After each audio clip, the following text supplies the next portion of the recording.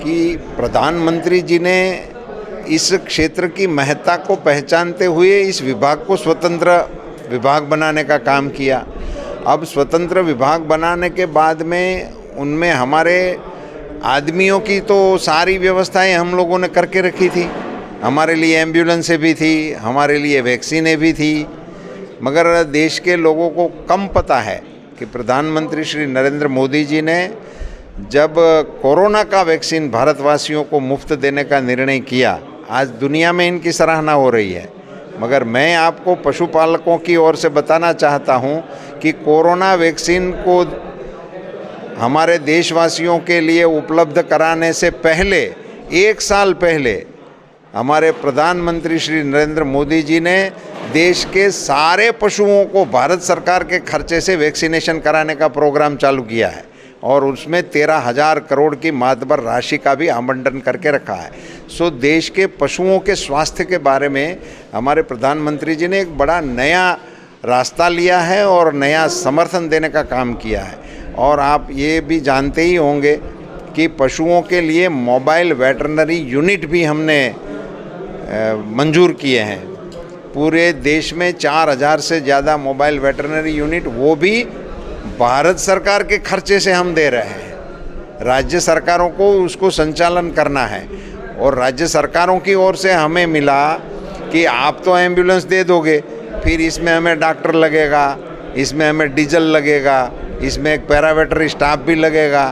तो राज्य सरकारों की सिफारिशों पर हमने उसी में भी 60% भारत सरकार देगी, ऐसा निर्णय कर दिया है। और इसी के चलते ही ये मोबाइल वेटरनरी यूनिट के कारण और ये वैक्सीनेशन ड्राइव के कारण देश के पशुपालन क्षेत्र में एक बहुत बड़ा बदलाव होने जा रहा है। और फिर टेक्नोलॉजी का डोर स्टेप डिलीवरी इन संसाधनों की ओर से हो सकेगा।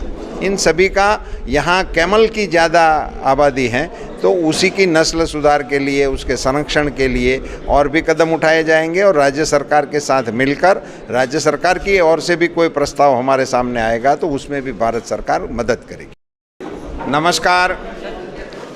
आज राजस्थान के अंदर बीकानेर में आदरणीय मेघवाल जी के निमंत्रण पर हम राष्ट्रीय सांस्कृतिक कार्यक्रम में शामिल होने के लिए आए थे। मेरा दौरा बीकानेर का जब लगा तो तुरंत ही मैंने बीकानेर में अपने कैमल के लिए हमारे ICR का संस्थान है, उनका विजिट लेने का तय किया। यहाँ हमने इस संस्थान के बारे में जानकारियाँ लिया। हमें बड़ी खुशी हुई कि हमारे ICR में अब कैमल के जो उत्पाद हैं उनको तालीमबद्ध करने के लिए एक नया मकान भारत सरकार की सहायता से बन गया था और आज इसको लोकार्पित भी कर दिए। हमने यहाँ कुछ पास्टोरल कम्युनिटी के लीडरों को भी बुलाए थे।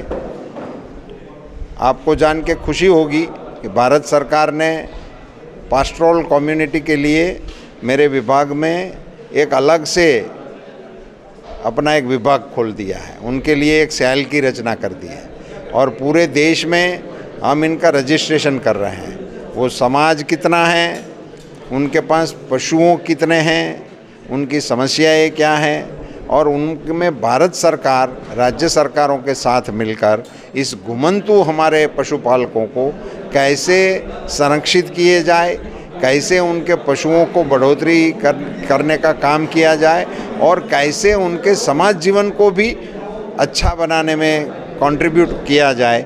इसके लिए मैं जहाँ भी जाता हूँ वहाँ पास्टोरल कम्युनिटी के लोगों को अलग से मिलने का प्रबंध करता हूँ। इसी के सिलसिले में आज यहाँ भी इनके अध्यक्ष थे, क्या नाम आपका? वो भी यहाँ मुझे मिले हैं और इनके साथी भी कई मिले और कई NGO जो इनके उत्पादों पे काम कर रहे हैं उनसे भी मेरा भेंट हुआ है। सर, अमूमन देखने में आ रहा है कि ये जो चारागाह है और दवाइयों की उपलब्धता नहीं है और पानी की व्यवस्था नहीं है, सारा कुछ है। जैसे कि मैंने यहाँ पे लोगों से पता किया, जैसे घुमंतु प्रजातियाँ हैं जो पशुपालक हैं और लगातार ऊँटों की गिरती जनसंख्या को देखते हुए उनके नस्ल सुधार को लेकर क्या कुछ प्रयास किए जाने वाले हैं? देखो, एक तो मैंने